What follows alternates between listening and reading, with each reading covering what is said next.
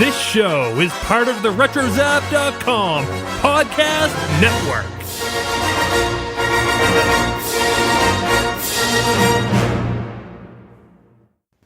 And welcome everybody to episode 78 of the Animanicast. Oh, come now. The children can't possibly be as beastly as all that. They're not. They're worse. They put termites in my pants, filled my coffee cup with ants, then they shove some macaroni up my nose. Up his nose! Always giving me a kiss. They sneak up on me like this. Ate my toupee. And my lipstick. And my clothes. They pop out of cookie jars. Slide a drawer and there they are. I once found them whirling around inside my ear. Inside his ear. There is nowhere they can hide. Eats a donut taste inside. They're too crazy, they're too zany, they're Right here. Oh, what do you do with children like us mourners? What do you do to get us to obey? We're really not so bad. If not just slightly mad, we can't help it if we like to play. Oh, what do you do with children like us mourners? What do you do with eggs at a buffet? It rhymed.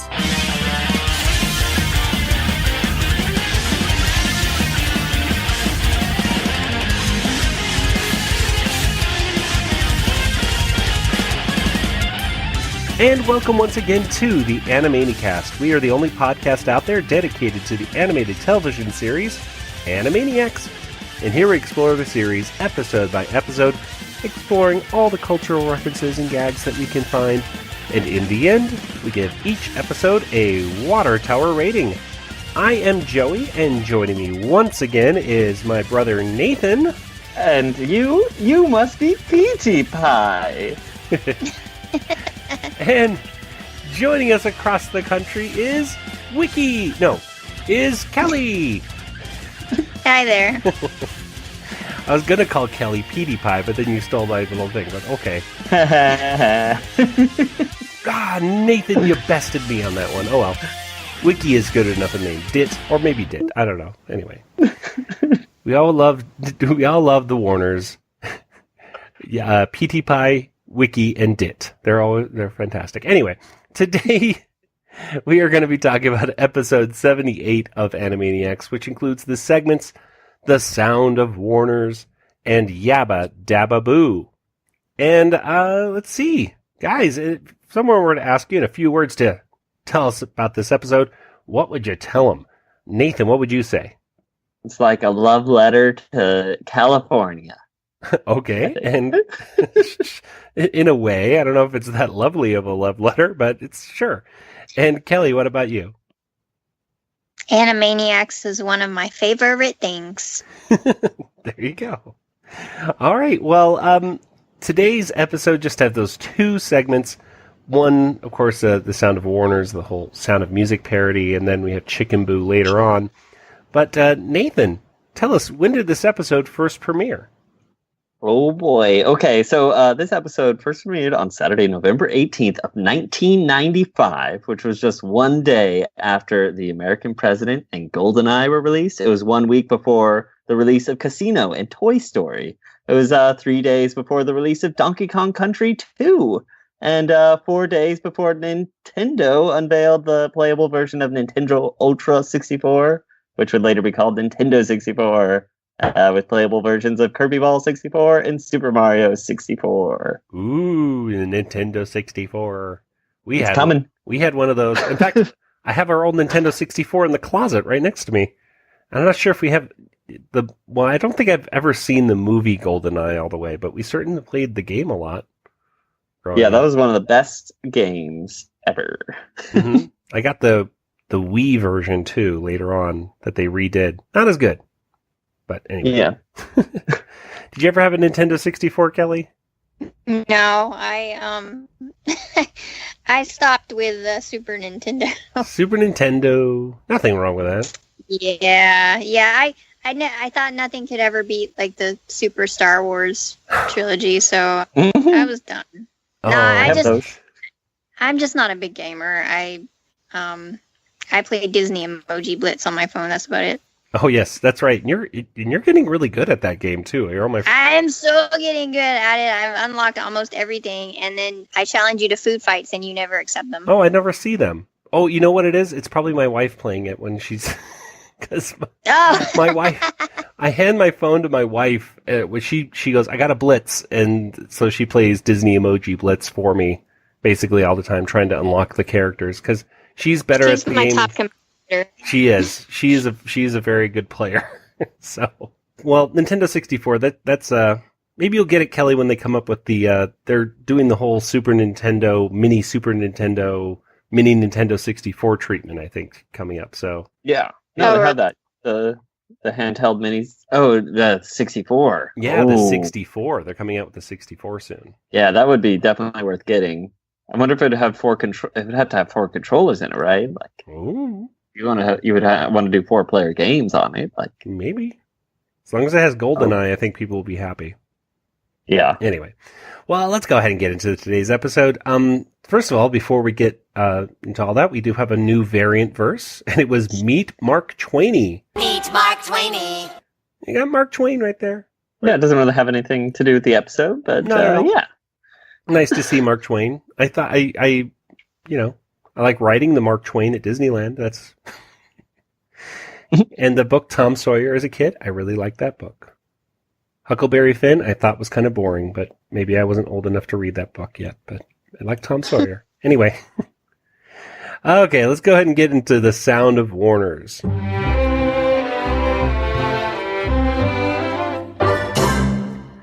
The Sound of Warners was written by Paul Rugg, and it was directed by Alfred Gimeno and Charles Vizier.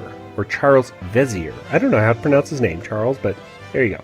And anyway, Nathan, tell us what happens here in The Sound of Warners. All right, so it's we've got a Sound of Music parody. So if you've seen that movie, you may have something to go off. There's a nanny named Prunella Flundergust, and she's off to Burbank to be the nanny for the Warners. Of course, Hello Nurse and Scratch and Sniff and Ralph the Guard try to sing a song telling her all the dangers that the Warners are, but she doesn't quite listen because she's kind of crazy. They all go on a picnic. After Scratch and Sniff uses the bathroom in the bushes, he comes out with poison oak, so she sings a song about that as well. Then later that night, there's a thunderstorm. All the Warners are asleep, so she wakes them up and says, "Don't be afraid of thunder," and sings a song of all the things that she ponders when she's afraid. And then at that point, Wacko's about had it, so he takes a mallet and he's gonna hit her, and then she offers him some milk.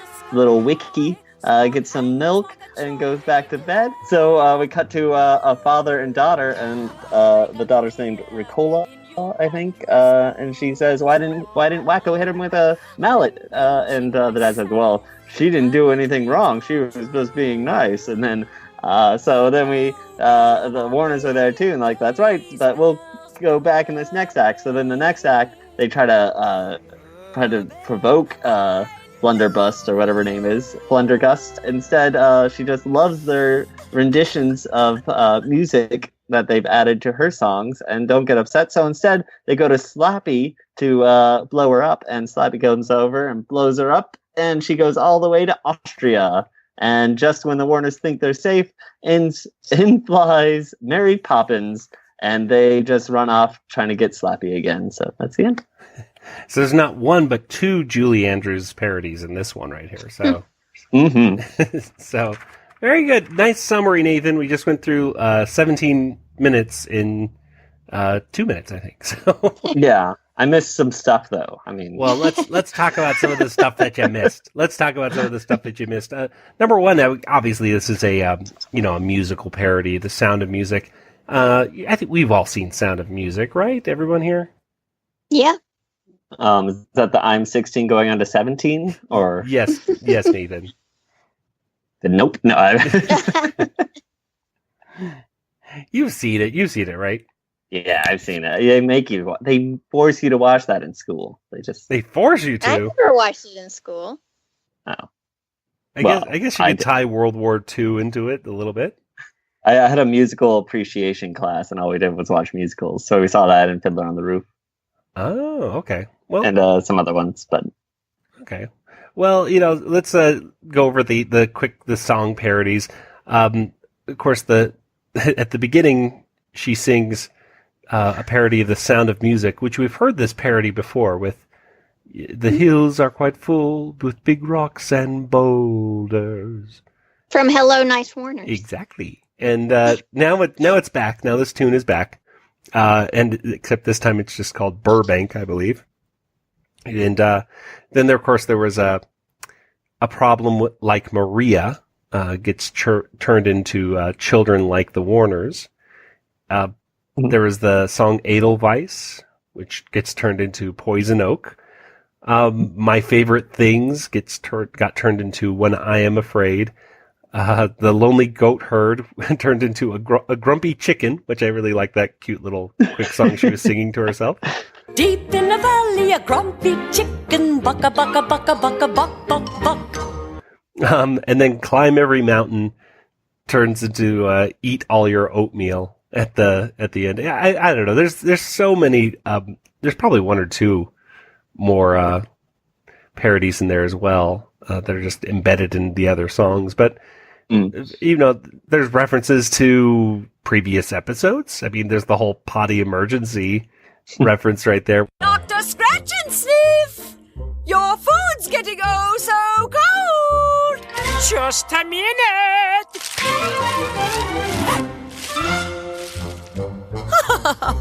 I thought a bear had eaten you. Well, when nature calls, you have to pick up the phone and say, "Hello, I got your message. I've got a package for you." Ooh, I've got a package for you?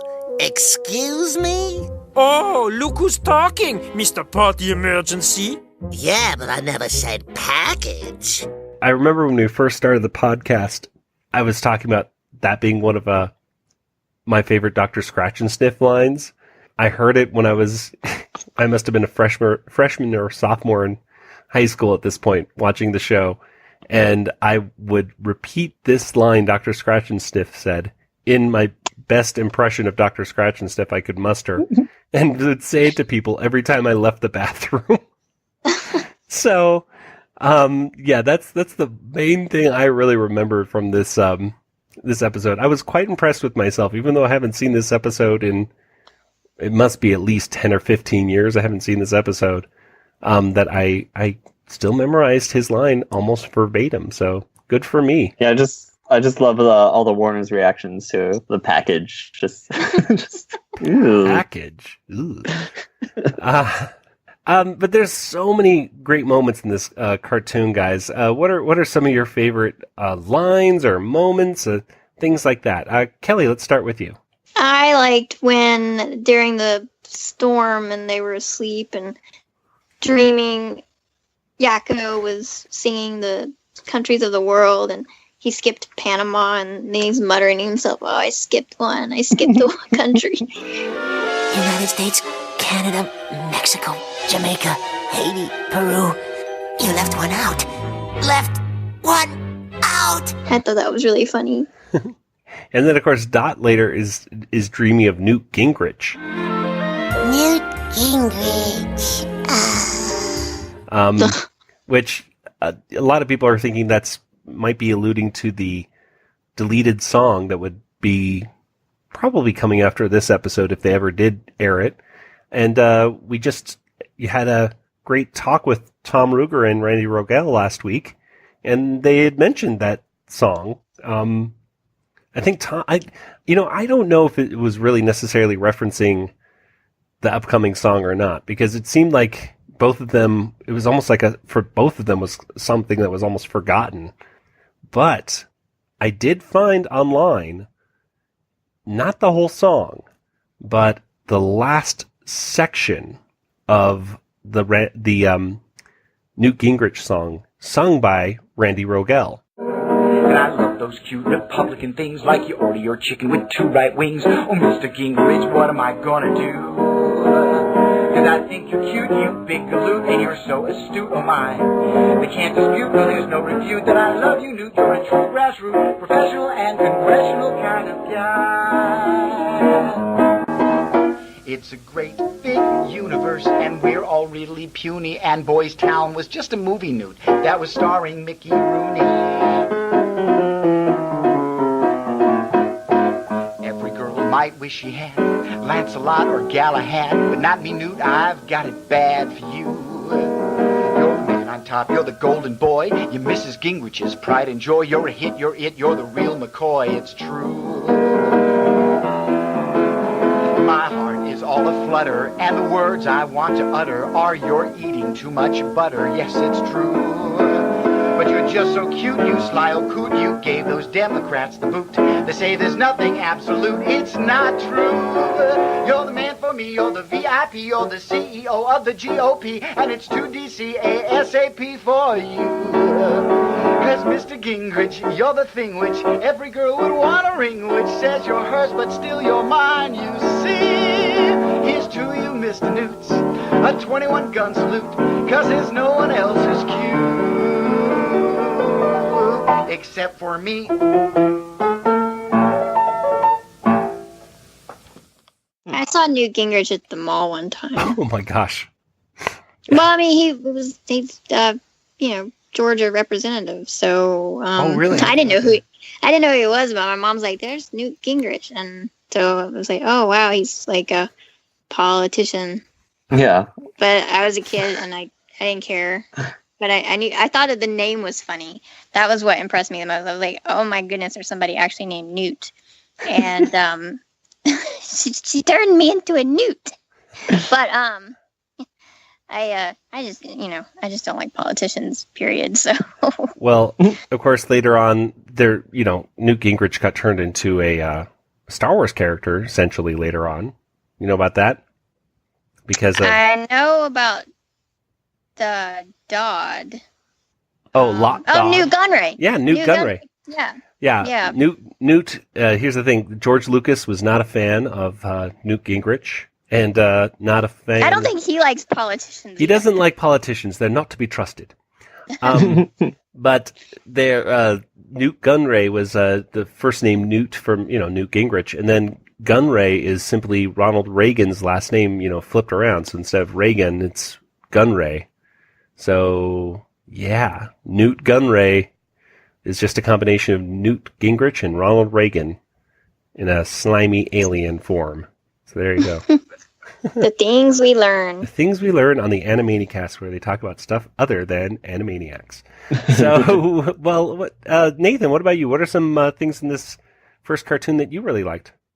We got to see the mall from the MAUL from Survey Ladies. There you go.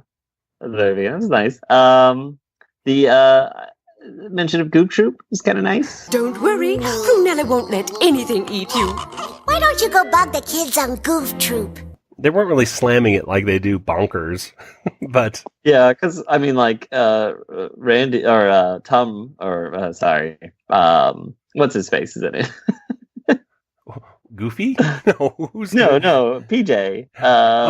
Rob Paulson. Rob Paulson is right. So they can't go too bad on it. I think they're just like they're friends with Goofy, so they don't want to slam it. They're Goofy's in Goof Troop. We don't want to slam that. Yeah, that makes sense. But I bet Rob Paulson probably did voices in Bonkers too. I would not be surprised. Anyway, let's look it up. Let's look it up, Nathan. Look it up. No. That's your work. Okay. So anyway, the whole cartoon for me is just so funny. I mean, the Poison Oak song gets stuck in my head, and just it's hard. I get itchy when I listen to it. And just seeing Dr. Scratch and Sniff just turning into essentially looked like a head of grapes when he was done. He just looked so swollen and in pain. That was nasty. Oh, it was so. And there's the shot from behind. It looks like his glasses are like embedded, like lumps are forming over it. It's so gross, but it's so. At the same time, it's such a pretty. It's a pretty song. Like Rob Paulson does this great harmonization with Tress MacNeille. I think she's crazy. Yeah. Poison oak makes makes you itch if you catch it. Is there a point to this cartoon? I don't know, but we're still getting paid. Catching! Skin turns red, blisters spread. Spread the more that you scratch it. Chafing and stinging, the itch gets worse. Itch gets worse, it's burning. Sing! Poison, no, poison, no. For days to come you'll be hurting.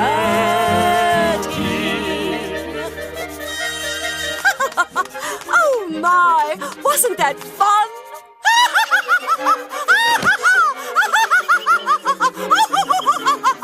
I'm scared. It's so for such a disgusting moment. It's a pretty song, and they did a great song. They did a great job of taking the words of Edelweiss and just turning it on its head just a little bit as well. And oh my, we're going to have such fun together. We'll sing, we'll dance, we'll bicycle wearing clothes made of upholstery fabric, and we'll eat all of the greens off of our plate.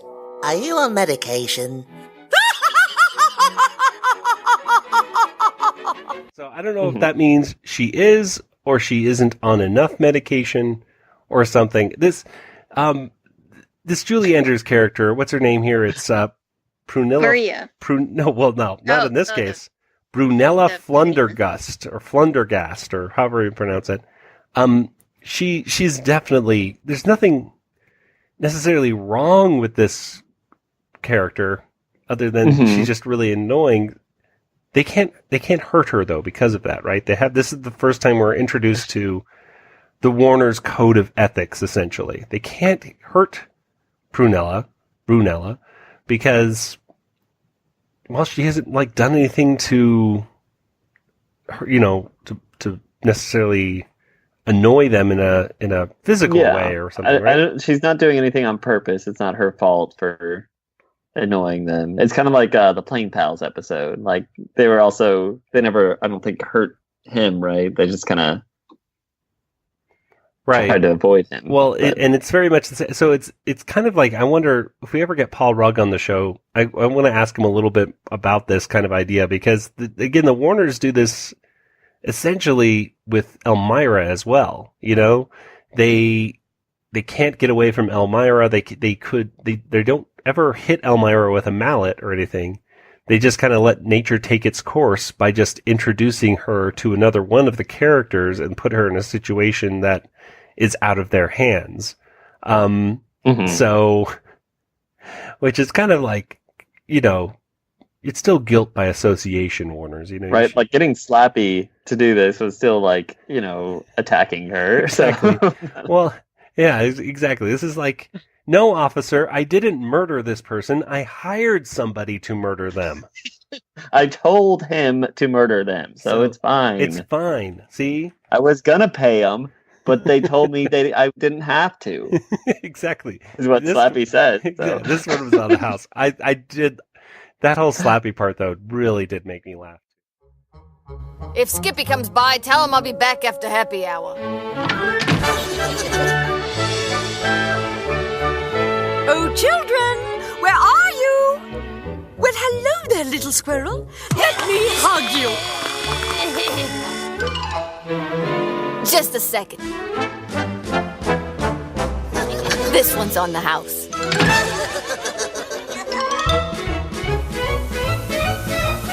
Hold this. See ya. Oh, fireworks! Yeah, I had no idea that's who they were talking about at first. I mean, I was trying to figure out who are they referring to, and they cut to Slappy, and I was like, oh my goodness. That's hilarious.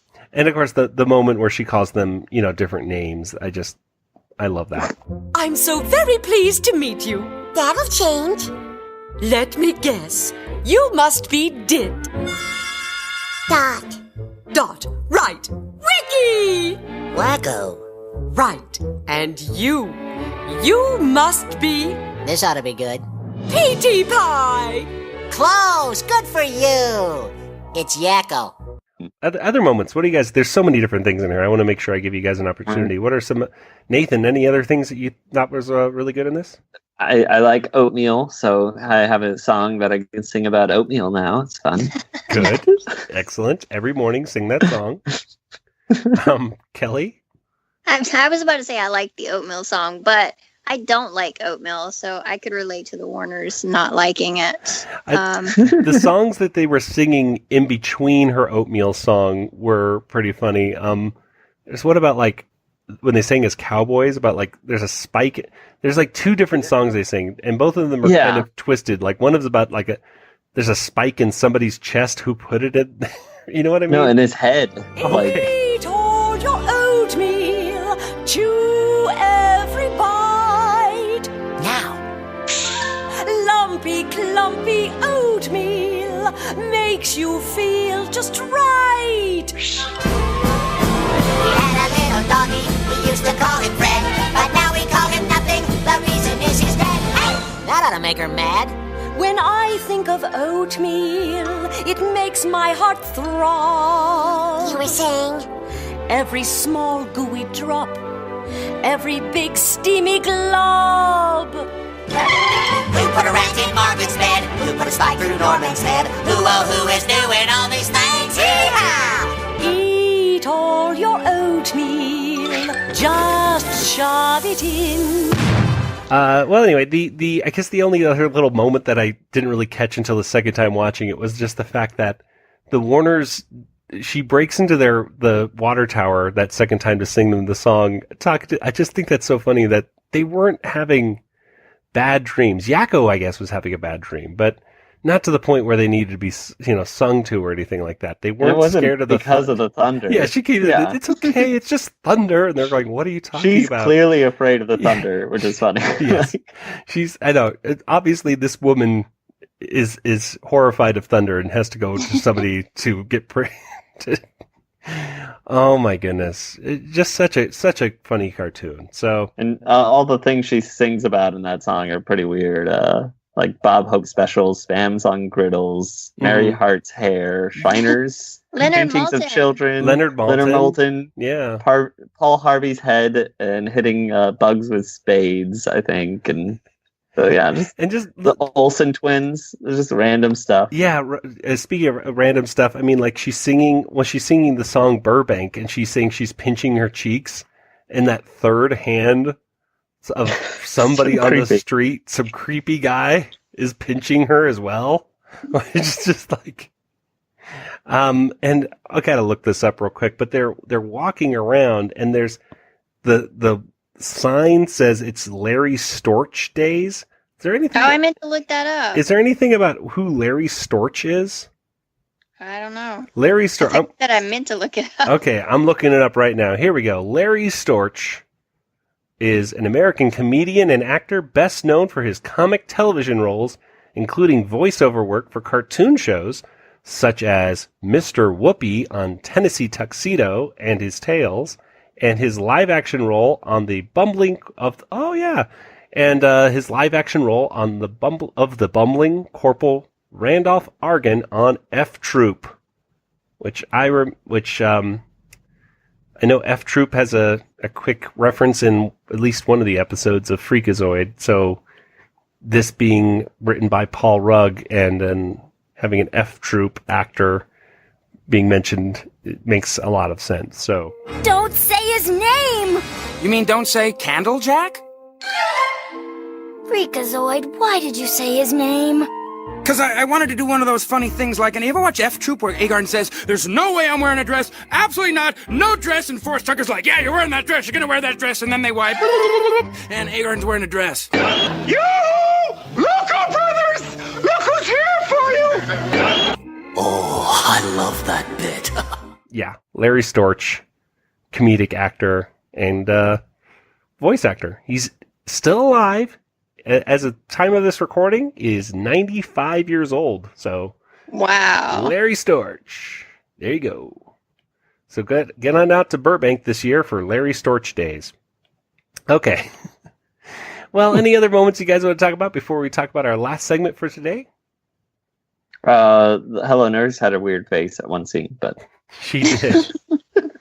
And I'm glad she did. She was you really see how the stress of Like, she even says, like, they kiss me when I don't want to be kissed, basically, in the song. Which in this, hey, me too, you know? Well, I mean, I'm not saying, you know, but like, that could be, it's not appropriate. So there you go. You know, it does make me wonder. It really, you know, in all seriousness, that does make me wonder, like, with the reboot and everything, like, is Hello Nurse at least saying that and going after her and everything like that? Is that gone? I know we talked about it before. Like, is that going to be something they get rid of in the upcoming reboot revival? And I bet Hello Nurse won't even be in the reboot. Yeah, there's a good chance of that. I mean, it's not like she has any, you know, significant role in the cartoons. I mean, basically, she's there just for them to flirt with. But it's so weird. Like, she was there in like 1930 or whatever, you know, 1929. You know, she looks great. Is that, or her mom was there? Someone, you know. So you like, there's a history of her family working there at the very least. So at the very least, there's been Hello Nurses for generations at Warner Brothers. And for maybe they're clones. Oh, clones! A clone army. Hey. Let's go ahead and move on over to our next cartoon, which is called Yabba Dabba Boo.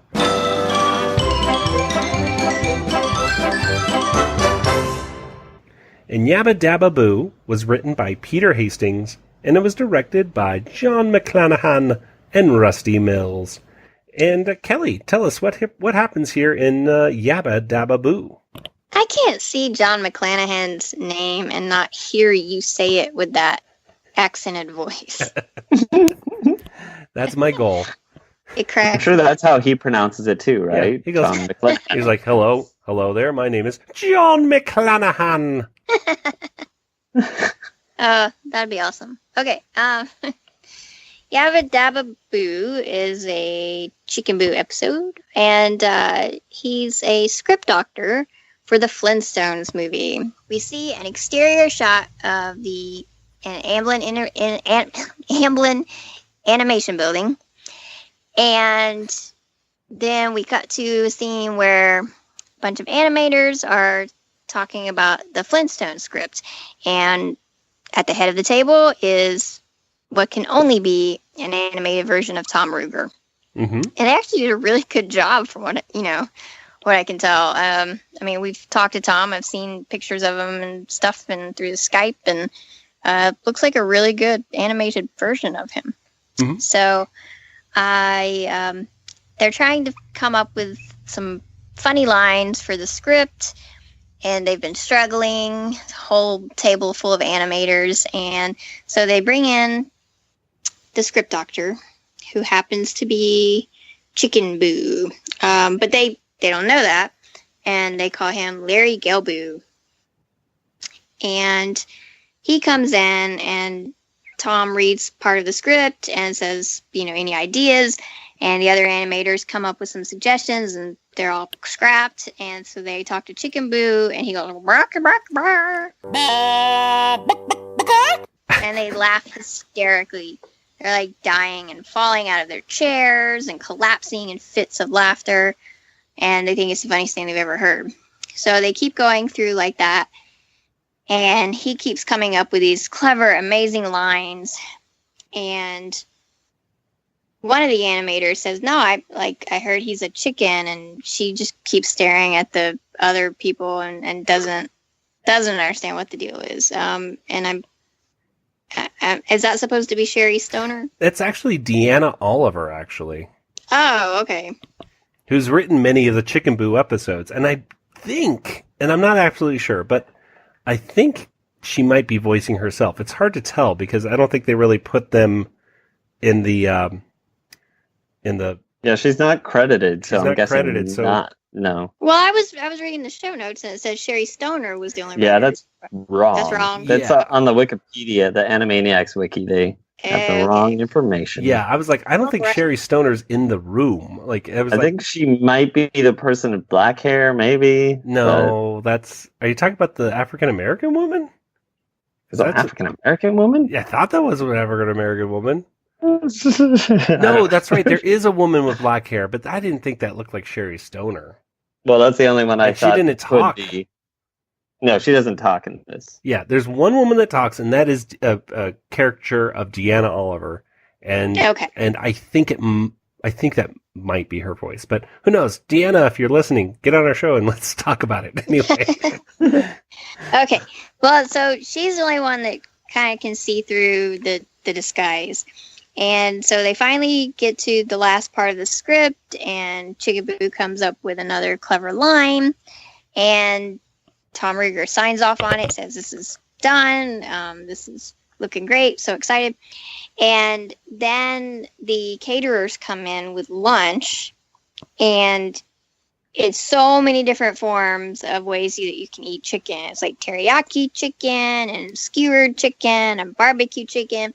And with each dish that he says out loud what it is, Chicken Boo's eyes get bigger and bigger, and he starts freaking out. What's wrong? What gives with him? And then he's running around the room in circles, and his clothes start to fly off, and then it's revealed that he's a giant chicken. Bum, bum, bum. And then, What? And they kick him out. They actually carry him out.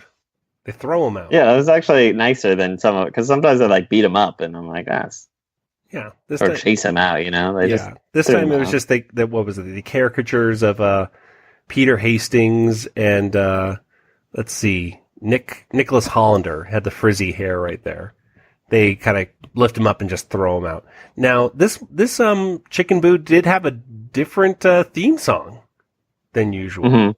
Mm-hmm. So instead of saying you wear a disguise to look like human guys, what did they say, Nathan? They said you're something different. They say you're jumbo sized and you wear a disguise, which I don't like as much. I don't like that either. He is jumbo sized, but Why do you think they changed it? Like, is to look like other guys not PC enough, or what? I don't know. I guess I mean, I see someone said that they thought they changed it because people kept insisting that the human guys, people were saying that it was GUISE, which doesn't make any sense. And so to put it to bed, they changed the lyrics just so no one would ever think of that. I'm like, that's stupid. Yeah, I don't know about that. Or it was just like guys is too restrictive. Like, even though I don't think he's ever dressed up as a woman, like, you know, the word guy itself kind of leans towards a male connotation. So maybe that's what I'm saying about PC. Yeah. Maybe if he doesn't want to dress up as humans even. So, because it doesn't say now, and now he can dress up as other creatures even. That's true. He's jumbo sized and he wears a disguise. Yeah. He can dress up as aliens, you know? It just opens up opens things up for him. It's a whole new world. It's a whole fantastic point of view. Well, he definitely, his disguise in this case was very 90s looking. I thought it was just the backwards hat, and I don't know, something about his look just looked like a young guy in the 90s for some reason. It looked like kind of like the guy who used to do the Burger King commercials. He used to be like on MTV and stuff. That just looked like Chicken Boo in this one to me. But his name of what was it, Larry Galboo, is a reference to Larry Gelbart, who was a noted television writer who wrote episodes of MASH, extensively on MASH, according to the notes right here. So, there you go. That's who they're referencing, an actual writer, which I had no idea. But it was a cute, Chicken Boo. I don't really have any complaints about it. I liked it. What do you guys think? Any things you thought were cool, Nathan? It made me kind of miss Yes Always, because I like those characters maybe better. I don't know. It was just nice in that one that we actually got to hear voiced by the actual people. Yeah, the caricatures in this one looked a little off. I mean, I guess Tom Ruegger looked a little shorter than usual. You know what I mean? Like, he looked stockier, I think. Yeah. But then again, maybe it's because in, Yes Always, you're dealing with mice and everyone's going to look bigger as opposed to mice. I like that they made fun of Flintstones, kind of making fun of the jokes that they tell on it. Yes, the "It's a Living" joke. What is the birds? Yeah, it's a living. No, we say it all the time. How about it's a job? Yeah, and I had no idea that they were actually dealing with apparently the Flintstones movie and not the Flintstones cartoon. Oh. You see, and which I believe the Flintstones movie was produced by Amblin. So Yes. So and Steven Spielrock. Oh, that's right. That's right. How could you forget that? I do remember the promotions at the time were heavily McDonald's based, and there's a lot of McRibs that summer that movie came out. They do mention the Casper movie. Okay, listen up. I am bringing in the script doctor to fix this thing, Larry Gelbu. How did you get him? I hear he completely salvaged Casper. Which, of course, Deanna Oliver and Sherry Stoner both worked on the Casper script. Whether or not they salvaged it, or I think they just wrote it. They didn't just but I thought that was kind of a cool thing that they're little in-jokes like that, which were cool to see. I believe Deanna Oliver and Sherry Stoner actually wrote a sequel to Who Framed Roger Rabbit, if I'm not mistaken. And I want to know what was in that sequel. That never got made. Anyway. Well, it's a good episode. It's a good cartoon. Let's go ahead and get to our Water Tower rating.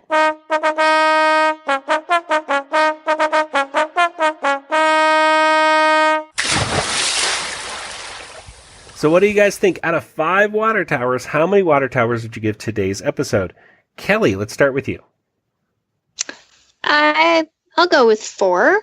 I thought both segments were really strong, and I loved all the Sound of Music parody songs, and particularly the appearance of Mary Poppins at the end. That was a nice little surprise, because as soon as she was, Julie Andrews and Nanny and Sound of Music, and I was like, well, we probably should have like Mary Poppins reference somewhere in here too. So I thought that was cute. And then it was funny, and it was a little different than the usual Warner Brothers, this is our new best friend kind of cartoon, and they actually interacted with Slappy, and that was fun too. Nathan, what about you? I concur. I also give it a 4. I think I liked both segments quite a bit. I think the animation was a little weak through parts of it. It was inconsistent, I guess I should say, where there would be times I really liked the animation and other times I really hated it. So, but other than that, great episode, I guess. Right. And I will give it a 4.5. And the only reason I won't give it a 5 is just like you said, Nathan, the animation was a little inconsistent. There are moments that look really good, and there are other moments that, and I don't know if it's just my DVD, like the way it was transferred over, but some parts just look a little, I don't know, the cells just look a little dirty, and just the way that the faces are animated just looks a little off at times, but everything's written so well that, like really, really well, that I'm going to give it a 4.5. Let's go ahead and get to last week's Twitter poll. So, Nathan, actually it was actually 2 weeks ago. Nathan, what did we ask our folks to tell us? What was our question? 2 weeks ago? Okay. The question was future Animaniacs crossover for the reboot, and the choices were Tiny Toons, Freakazoid, Family Guy, or Steven Spielberg. I don't have the results up yet. Oh. Do you want that? I can tell you who won. Okay, I have the results now. Okay. Well, Kelly will tell us who should have won. I bet it was Steven Spielberg, right? Okay, well, let's find out. So, with 7%, we have Family Guy. With 12%, we have Steven Spielberg. At 30%, we have Freakazoid. And at 51%, we have Tiny Toons. So, no, Steven Spielberg, then I voted for Steven Spielberg. What is wrong with people? Right? Our listeners should stop listening and vote for Steven Spielberg. Well, yeah, I don't know. I was glad to see that Family Guy didn't win. Although some people were intrigued with that possibility when I was talking to them online. They're like, now that I think about it, Family Guy might be kind of cool to see in Animaniacs. And I was like, no. But Tiny Toons definitely, I think, would be, welcome to. I think just people want to just see more episodes of Tiny Toons, perhaps. But who knows? Maybe that'll be the next reboot thing. We'll see. But very interesting results.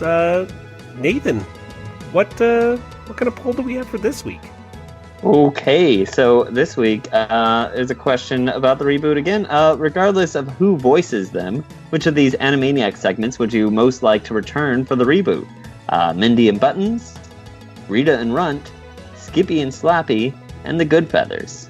So yeah, regardless of who's voicing them, since we don't know which of these characters will be, voiced, I don't know. I'm not optimistic that these voice actors will be coming back. So. Yeah, the more the news gets delayed for this, the less and less likely I think that we're going to get the original voice actors back for the Animaniacs reboot. But either way, if they got them back or not, which of these would you want back in the reboot? Yes, this is about the characters themselves, the drawn characters, not necessarily... Yeah, the tertiary characters, right? I guess we could say. Mm-hmm.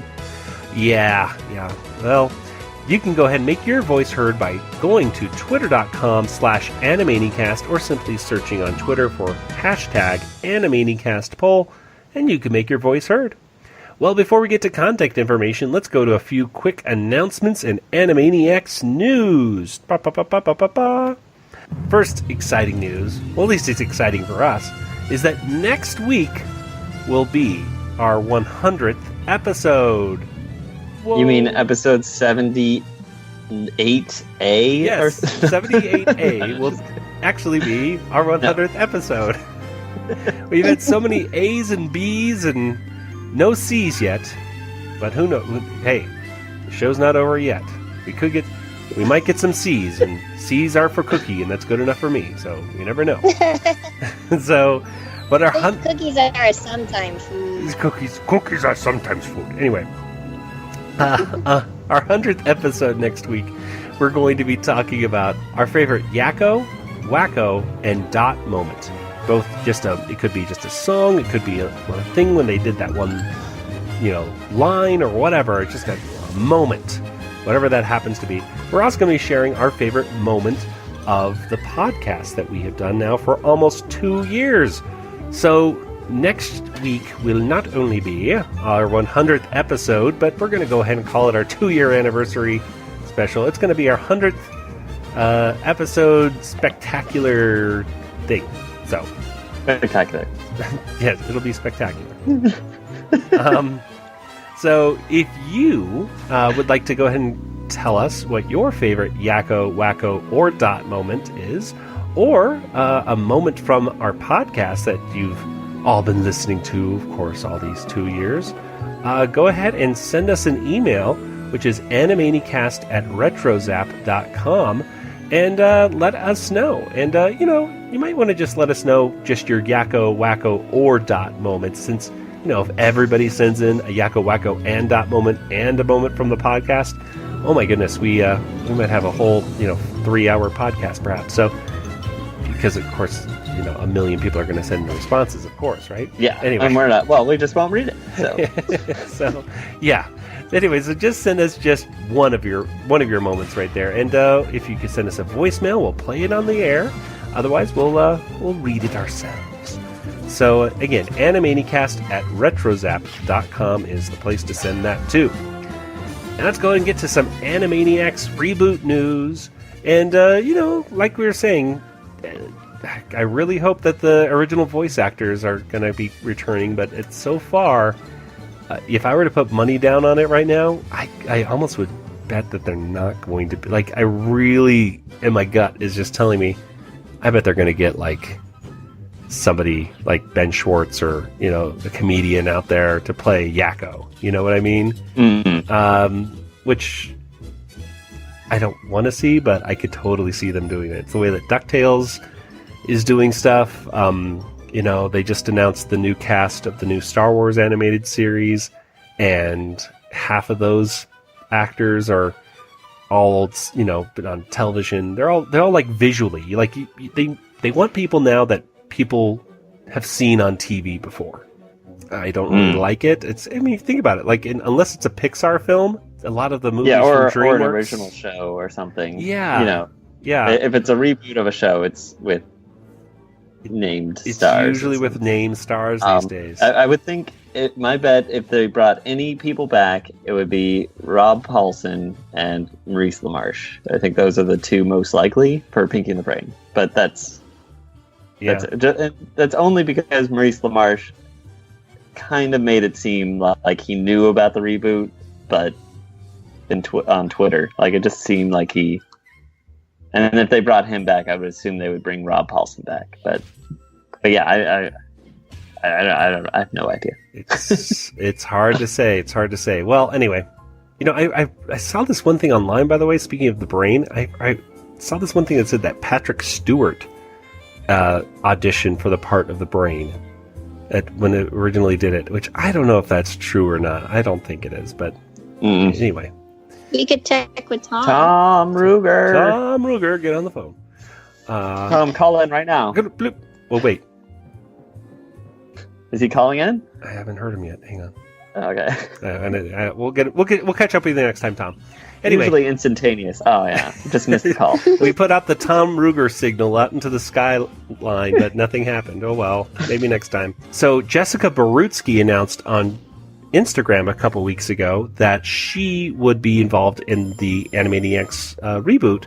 However, it looks like negotiations, collapsed one way or another, and so she's no longer going to be on the series. However, Katie Rice and Brianne Ruhard both said on Twitter that they will be working on the show as either animation director or designer. So we're having a lot of, women directors, women designers and stuff announcing their involvement in the show. So that's cool to see. I haven't heard any other announcements when it comes to people working behind the scenes or anything. So, folks, if you see anything on Twitter, because a lot of these artists like to announce, like, hey, I'm getting involved in this show or this or that, let us know. You can tweet at us at Animanicast or just send us an email.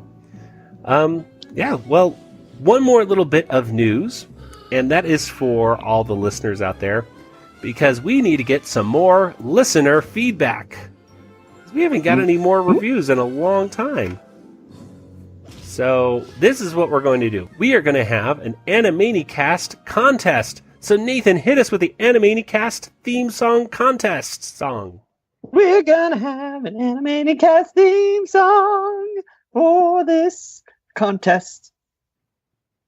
I don't know what the theme song is going to be, but we're going to have one. Very good. Okay. So this contest, or whatever we're calling it, is basically a giveaway. If you leave a positive 5-star review on Apple Podcast / iTunes, whatever we want to call it, and you just let us know which review it is with your address, we're going to mail you out an Animaniacs Decal. Ooh, that's right. We'll randomly get either a Yakko, a Wacko, or a Dot, or maybe a Pinky in the Brain. I don't know. I have a bunch of different decals that I can send you. But all you need to do is just send us an email, animanicast@retrozap.com, and say, hey, I just left a review on Apple Podcast or Apple iTunes, and this is what it said, or whatever.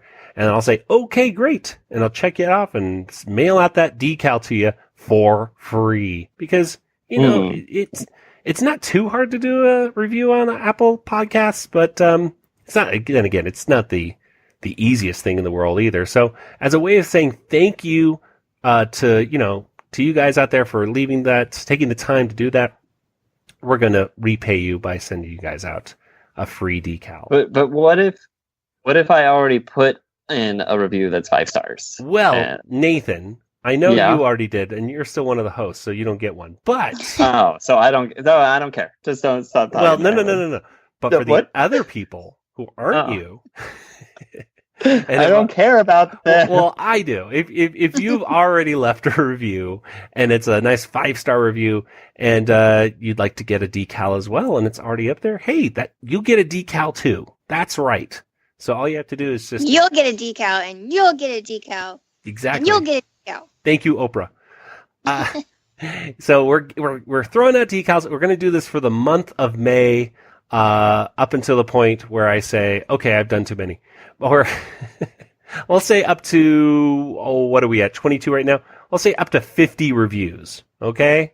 And get to the next 50 reviews. And if you want a decal, just send us an email, animanicast@retrozap.com, because, it really helps us out with visibility. It helps us out with the rankings on iTunes and everything to show that the audience is involved. If you like the podcast, you want others to like it as well. Well, hey, leaving a positive 5-star review is a great way to let people know. Okay, well, that'll do it for today, I think. So let's get to some contact information. Nathan, where can people get in contact with you online? I just created a Twitter account. It's Django FT. That is me. So I created it a couple years ago. Okay, I was going to say, did you delete your old account and then remake it or something? Okay. No, I mean, time is relative. So. Okay, yeah, that's true. So, Kelly, what about you? I am also on Twitter, Yoda Princess, YODAPRNCSS, or email me, Kelly at bigshinyrobot.com. Oh. That's Kelly with a Y. Kelly with a Y. And as for the Animanicast, we are on Twitter, we're on Facebook, we're on Instagram, and of course you can email us as well, which is animanicast@retrozap.com. And hey, you know what? Speaking of retrozap.com, you should head on over there right now today. You know why? Because there's not only 21 different podcasts that you should be listening to, such as Agents of S.H.I.E.L.D., Ardcast, Beltway Banthas, Brews and Blasters, Classic Marvel Star Wars Comics, Deucecast Movie Show, Dorklair, Dooncast, Green Justice and Arrow Podcasts, Kanata's Castle, The Sandcrawler, A Scarlet Velocity, a Flash Podcast, Skywalking Through Neverland, Starships, Sabers and Scoundrels, Talking Apes TV, Techno Retro Dads, Terrigan Dreams, The Trade Federation, Warp Trails, and We Know Nothing. Oh my gosh, but there's also articles and videos and all this other stuff over there that you could check out. It's a great one-stop pop culture mecca. Retrozap.com. Check it out today. So that'll do it. So until we get to next week with our 100th episode spectacular, this is Joey, and for Nathan and Kelly, good night, everybody. Good night, everybody. Good night, everybody. Perfect. Beautiful. Done. Ta-da.